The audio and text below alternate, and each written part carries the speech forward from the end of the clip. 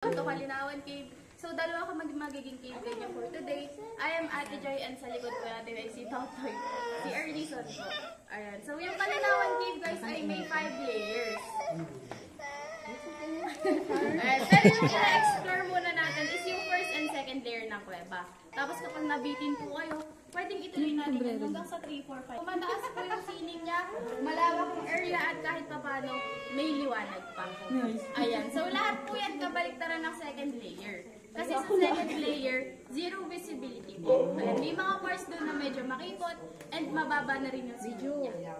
Ayan. So dito po sa kwartong to guys, makakita po tayo dito ng different kinds of rock formations and optical illusion.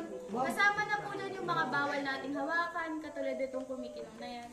Ayan, mga natural minerals po, mga stalactites, stalagmite, mga cave draperies, columns, and kung ano. Pictures and videos.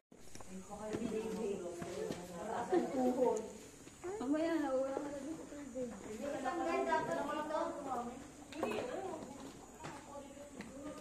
Isang guide. Dapat isang guide sa likod. Ate, wala ka ng kwento. Magkwento ka na.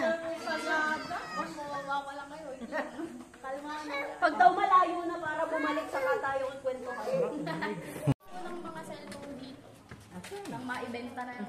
Ibenta mo si ate yun. Oh, wala na. Hindi na tayo makakapunta doon natin. Ito, ikaw na umating pa natin. Dito lang ba?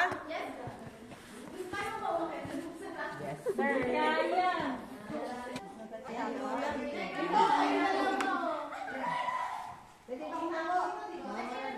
Bababahin si Tachi.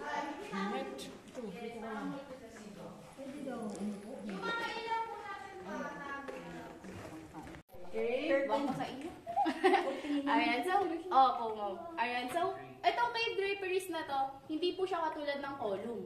So, hindi rin po yan stalactite and stalagmite. Sila po yung agos ng tubig na dumadaloy sa mga cave wall, katulad na to. Ayan, so, itong nasa gilid na to, pwede siyang kumapal. So, eventually, magiging ganito yung formation niya. Pero, million or billion of years pa nito yan. And then, guys, going to second layer na po tayo. And, hindi tayo dito sa taas.